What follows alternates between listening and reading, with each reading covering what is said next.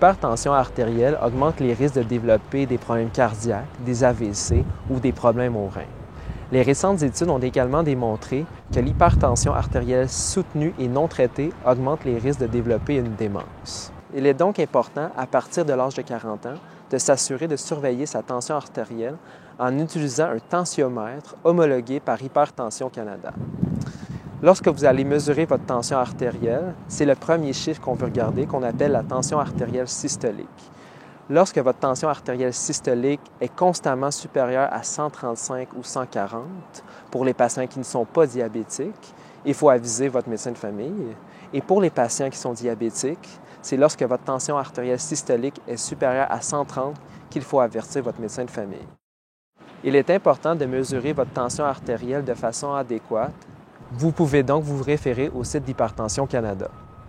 L'obésité est un facteur de risque pour de nombreuses maladies chroniques comme le diabète et la démence. Les nouvelles recommandations pour éviter ce facteur de risque est une approche globale. Cette approche vise à éviter la stigmatisation, regarder les causes profondes du surpoids et aider les patients à améliorer leur santé avec des objectifs qu'ils fixent eux-mêmes avec des professionnels de la santé. Les conseils pour améliorer l'obésité débutent lorsque la personne est prête à en discuter. L'exercice et la thérapie nutritionnelle avec objectif d'améliorer la santé globale et non pas la perte de poids rapide en font partie.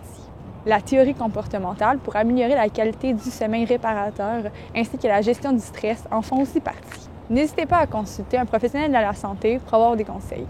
Vous pouvez aussi consulter le site obesitécanada.ca. On sait maintenant depuis plusieurs décennies que le tabagisme est néfaste pour tous les systèmes du corps humain, que ce soit le système cardio-pulmonaire ou le système gastro-intestinal. Malheureusement, le cerveau ne fait pas exception aux organes qui sont atteints par les effets secondaires associés au tabagisme. La cessation tabagique est donc la meilleure décision que vous pouvez prendre pour votre santé. C'est important de se rappeler que le processus de cessation tabagique est un processus qui demande beaucoup de temps et beaucoup d'efforts. Il ne faut donc pas hésiter à aller chercher l'aide nécessaire auprès des professionnels compétents et outillés pour le faire. Les effets bénéfiques au niveau de la démence vont s'en faire ressentir. Quand on parle de tabagisme, on ne parle pas seulement des cigarettes fumées, mais aussi du vapotage, de la chicha, du cannabis fumé, parce que souvent on retrouve du tabac mélangé avec le cannabis que les gens prennent en joint. La réduction peut être une façon aussi, si vous n'êtes pas prêt à renoncer au tabac, de réduire graduellement, parce que chaque cigarette que vous ne fumez pas aura un impact positif au niveau de votre santé cognitive. Il existe différentes techniques pour arrêter de fumer. Ce qui fonctionne souvent le mieux, ça va être d'utiliser des aides pharmacologiques.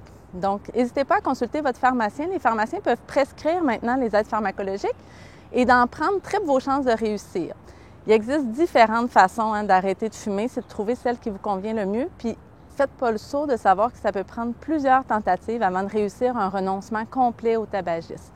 Il n'est jamais trop tôt ni trop tard pour arrêter de fumer. Dès que vous sentez que vous avez une occasion pour tenter un renoncement, bien, empêchez-vous pas de le faire. C'est d'explorer des diverses stratégies, puis c'est un petit peu à ce niveau-là que je vais vous aiguiller aujourd'hui. Donc, dans les aides pharmacologiques, ce qui est intéressant de connaître, c'est que c'est remboursé 12 semaines consécutives par année. Donc, que ce soit au niveau des times, qu'on appelle souvent les patchs, les gommes ou les pastilles de nicotine qui vous aideront à réduire les envies de fumer et géreront aussi la dépendance liée au tabagisme. Donc, en discutant avec votre pharmacien ou votre médecin, ils peuvent vous le prescrire et vous pourrez débuter de façon beaucoup plus graduelle votre renoncement au tabac. Il existe aussi 2 médicaments que vous pouvez prendre pour arrêter de fumer. Ils sont sous prescription d'ordonnance. Donc, avec votre médecin, vous pouvez voir, il s'agit du Champix et du Zyban, qui sont 2 molécules qui aident également dans le renoncement au tabac. Mais ce qui a été prouvé comme plus efficace, c'est vraiment la combinaison du timbre avec une courte action. Donc, dans les courtes actions, ce qu'on appelle, c'est ça vient de donner un bolus de nicotine pour gérer les envies qui sont peut-être un petit peu plus fortes, qui, malgré le fait que vous portez un timbre, peuvent être quand même présentes. Donc, les pastilles et les gommes, je veux juste faire une petite aparté sur l'utilisation parce que beaucoup d'entre vous les avez probablement déjà utilisées, mais peut-être pas de la bonne façon, qui fait en sorte que c'était moins efficace. Donc, il faut penser soit la mâcher pour la gomme, mais venir la coller entre la joue et la gencive pour que la nicotine puisse être absorbée. Ça va faciliter grandement la réduction des envies du tabac.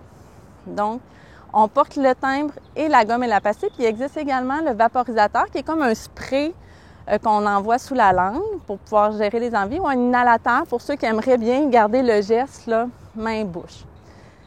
Si vous n'êtes pas prêt à utiliser les aides pharmacologiques, sachez que c'est quand même possible de faire un renoncement au tabagisme en utilisant certaines stratégies. On sait que les envies durent généralement 3 à 5 minutes, donc il faut s'occuper, changer notre routine pour pouvoir passer les envies de fumer. Il peut exister des symptômes de sevrage, évidemment, puis vous saurez vous ajuster là, au fur et à mesure, dépendamment de ce que vous pourrez vivre. Dans les stratégies, pensez à occuper tout ce qui est main et bouche. La cigarette, c'est un geste que vous répétez peut-être jusqu'à 90 000 fois par année si vous fumez un paquet par jour. Donc, ça peut être d'aller vous laver les mains, de boire de l'eau quand une envie se manifeste. Ça peut être d'appeler un ami, d'utiliser un bâton de cannelle que vous allez pouvoir gruger en voiture, par exemple. Ça peut être aussi de chanter dans l'auto ou de ne pas avoir les cigarettes à portée de main. Si quelqu'un dans votre entourage fume et que vous ne voulez pas être exposé à la fumée secondaire, vous pouvez penser, par exemple, à aller à la salle de bain pendant qu'il s'allume une cigarette. Comme ça, vous diminuerez l'exposition. Concernant le cannabis fumé, n'oubliez pas qu'un joint équivaut à l'équivalent en fumée secondaire à 4 ou 5 cigarettes. Donc, même si vous ne consommez pas de tabac, la fumée de cannabis peut avoir un impact au niveau de la santé cognitive. La façon de réduire les méfaits, si vous ne souhaitez pas cesser votre consommation de cannabis, vous pouvez penser à un vaporisateur ou à une huile de cannabis. Donc, d'utiliser d'autres formes de cannabis, même les aliments comestibles, vont réduire le risque au niveau de la santé cognitive et vous permettre de maintenir une consommation tout aussi sécuritaire. Si vous ne souhaitez pas renoncer complètement au tabac, mais que vous souhaitez amorcer une réduction graduelle, sachez que l'une des meilleures façons d'y parvenir est de reporter votre première cigarette du matin, puisqu'elle déterminera votre dépendance physique à la nicotine. D'éliminer les cigarettes les moins importantes en premier peut être une façon intéressante de réduire avec moins d'efforts et de réfléchir aux stratégies que nous avons nommées précédemment pour pouvoir passer les envies. Fixez-vous un objectif réaliste et assurez-vous de répondre aux besoins. Si vous fumez, par exemple, pour gérer votre stress, pensez à des techniques de respiration, aller prendre une marche ou d'autres alternatives pour répondre aux besoins que la cigarette vous procurait. Les stratégies répondront donc à votre besoin que la cigarette comblait auparavant. Si vous souhaitez obtenir des références pour vous appuyer dans votre démarche d'arrêt tabagique, sachez qu'il existe différentes formules. Vous pouvez contacter la ligne J'arrête au numéro que vous verrez défiler sous l'écran, ou vous pourrez également contacter votre CLSC pour avoir un suivi en personne auprès du centre d'abandon du tabac de votre secteur. Il s'agit de rencontres, une dizaine de rencontres dans l'année pour vous appuyer dans votre démarche, tant au niveau de la réflexion de votre tabagisme que vous soutenir dans l'arrêt à long terme, souvent jusqu'à 1 an après l'arrêt.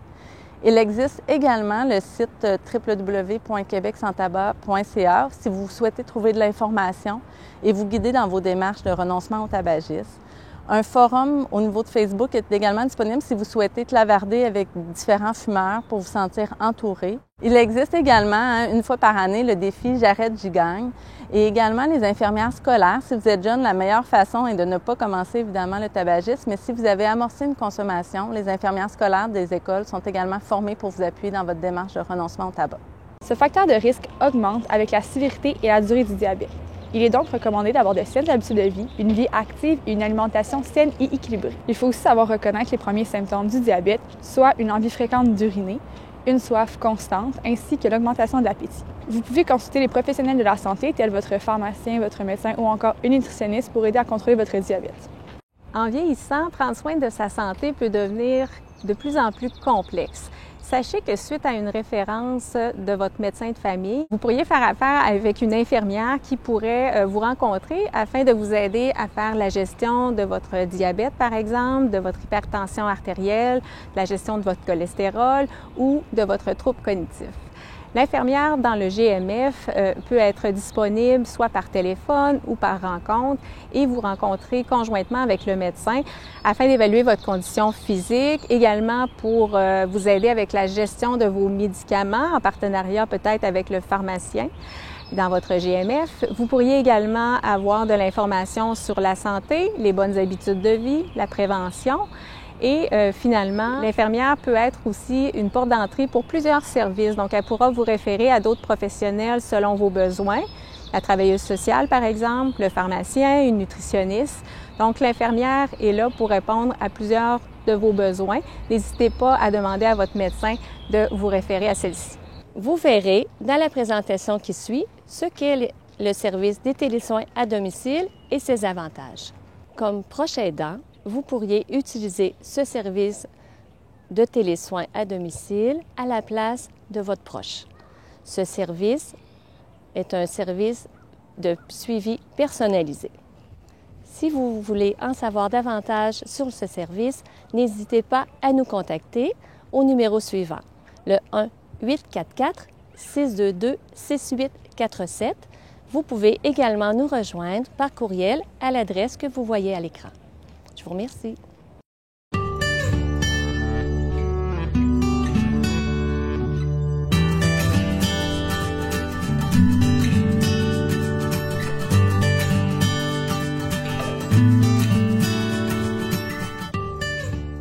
Vous êtes atteint d'hypertension, de diabète, d'insuffisance cardiaque ou de maladies pulmonaires obstructives chroniques, alors le service des télésoins à domicile est pour vous.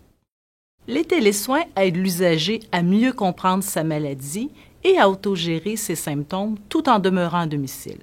De plus, ce système de surveillance clinique à distance transmet de l'information sur l'état de santé des usagers de façon continue et en temps réel à l'équipe des infirmières des télésoins, et ce, en toute confidentialité. Via votre ordinateur personnel ou un iPad qui vous serait prêté gratuitement par les services des télésoins, vous pourriez, dans le confort de votre domicile, transmettre des données sur votre condition de santé à un professionnel de la santé. Ben, moi, je me lève le matin, puis je m'habille. Et puis après ça, là, je m'assieds au bout de la table. Et puis là, je remplis mon télésoin. Puis là, ben, ça me rassure, moi, pour la journée, ça. Parce que c'est bon. À chaque étape du processus des télésoins, qui dure de 3 à 6 mois, vous apprendrez à mieux connaître votre maladie, à gérer vos symptômes. Que faire lorsque ma glycémie est trop élevée? Que faire si j'ai de l'enflure aux jambes?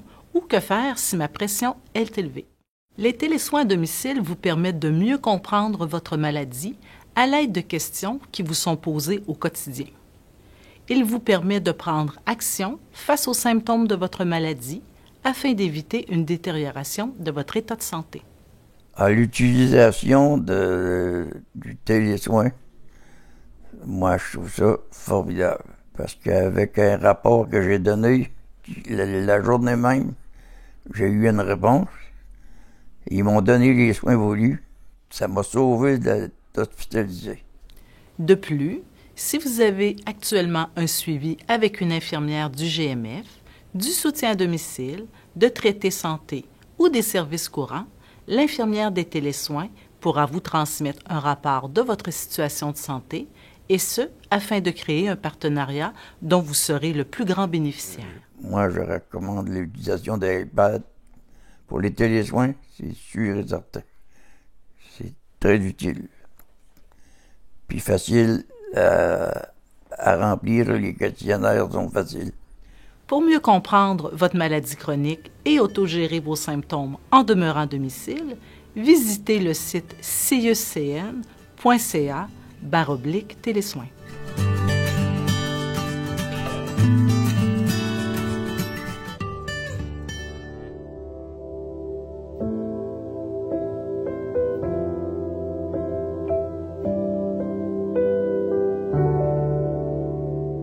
Les traumatismes crâniens répétés peuvent entraîner des séquelles neurologiques qui favorisent le développement d'une démence. Donc, plus une personne est victime de commotion cérébrale, plus cette même personne est à risque de développer une démence. Il est donc important de s'assurer de toujours porter un casque de protection dans les activités à risque comme le cyclisme, le ski alpin, la motoneige ou le VTT. Une consommation chronique et trop importante d'alcool peut entraîner de multiples problèmes de santé physique et psychologique. Au niveau cérébral, les récentes études ont démontré qu'une consommation chronique d'alcool peut entraîner des changements neurocognitifs qui favorisent le développement d'une démence, dont la maladie d'Alzheimer. Ainsi, en réduisant au minimum votre quantité d'alcool, vous réduisez également les risques de développer une démence. Concernant la consommation d'alcool, il s'agit de trouver une consommation à faible risque pour préserver votre santé cognitive. Les recommandations pour les femmes se trouvent à 10 consommations par semaine, idéalement maximum 2 verres par jour, donc sur une consommation de 5 jours. Pour les hommes, une consommation à faible risque se situe autour de 15 consommations par semaine, donc 5 jours à 3 consommations maximales. Il est important de garder 1 à 2 journées où est-ce que la consommation d'alcool n'est pas présente dans votre quotidien. Une consommation d'alcool équivaut à une bière de 5 %, donc une bouteille normale, évidemment pas les gros formats, ou un verre de vin de 142 ml, autour de 12 % d'alcool. Donc évidemment, si vous remplissez un verre de vin de grosseur ballon, il s'agit probablement de plus qu'une consommation d'alcool. Même chose, si vous prenez un verre de vin avec 14 %, il s'agit également de plus qu'une consommation d'alcool. Donc, quand on analyse notre consommation, c'est important de connaître ce qui est une vraie consommation. Au niveau des spiritueux, de 20 % d'alcool, il s'agit de 85 ml. Et au niveau des spiritueux, il s'agit de 43 ml, donc 1,5 onces. On entend souvent parler de l'effet protecteur de l'alcool au niveau cardiovasculaire. Sachez que ces facteurs de protection apparaissent après 40 ans chez les hommes et après la ménopause chez la femme. Donc, quand on parle de santé cognitive et d'aborder les facteurs de risque, évidemment, ils ne sont pas valides si vous êtes plus jeune que ce que je viens de mentionner. Évidemment, le niveau de consommation d'alcool qui est le plus sécuritaire au niveau de la préservation de la santé cognitive est l'abstinence et également pour les diverses maladies chroniques. La prise d'alcool favorise une hypertension artérielle. Donc, évidemment, tout ce qui est la vascularisation du cerveau va être affecté en fonction de la consommation d'alcool que vous prenez. L'objectif est évidemment de réduire notre consommation si vous la jugez problématique. Et il existe plusieurs stratégies à cet égard. En effet, on pourrait, par exemple, aller dîner au lieu de souper avec des amis au restaurant, ce qui favorise une plus petite consommation d'alcool. Vous pourriez également commencer votre consommation d'alcool un petit peu plus tardivement afin de diminuer votre consommation. D'alterner avec des consommations sans alcool. Il y a une grosse influence ces temps-ci avec les mocktails, donc des boissons sans alcool. Il existe plein de recettes sur Internet et même les grands chefs maintenant dans les bons restaurants vont faire des mocktails, des consommations sans alcool. Dans les stratégies, vous pouvez également remplir votre verre soi-même. Quand on est dans des soirées et qu'on se fait remplir notre verre, c'est plus difficile de contrôler notre consommation. Donc, de se servir soi-même peut être une des stratégies. Vous pouvez également améliorer la qualité et diminuer la quantité afin de savourer pleinement le goût de ce que vous consommez. Buvez plus lentement pourra vous permettre également de réduire votre consommation d'alcool. Il existe donc diverses stratégies, mais si vous souhaitez modifier votre consommation d'alcool, vous pouvez aller au CLSC et demander à faire le programme AlcoChoix qui vous permettra de réduire votre consommation selon un objectif que vous serez fixé.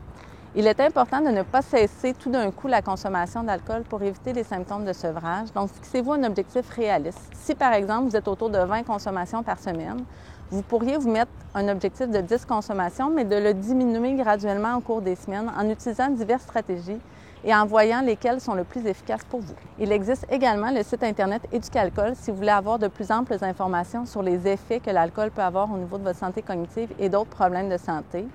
Et si vous pensez que votre problème de consommation est plus grand, il existe également le Centre de réadaptation en dépendance de Québec que vous pouvez téléphoner et obtenir de l'aide à ce niveau.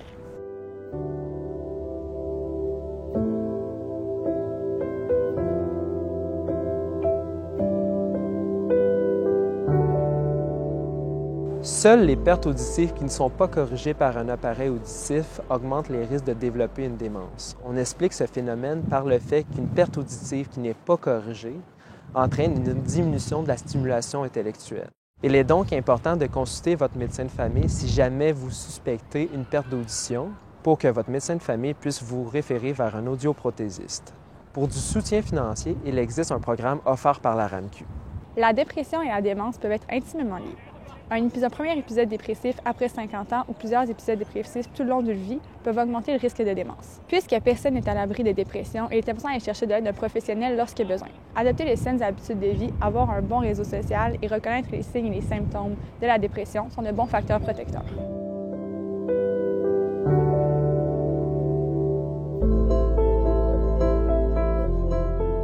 De nouvelles études ont démontré qu'il existe un lien direct entre la pollution de l'air et le risque de développer une démence.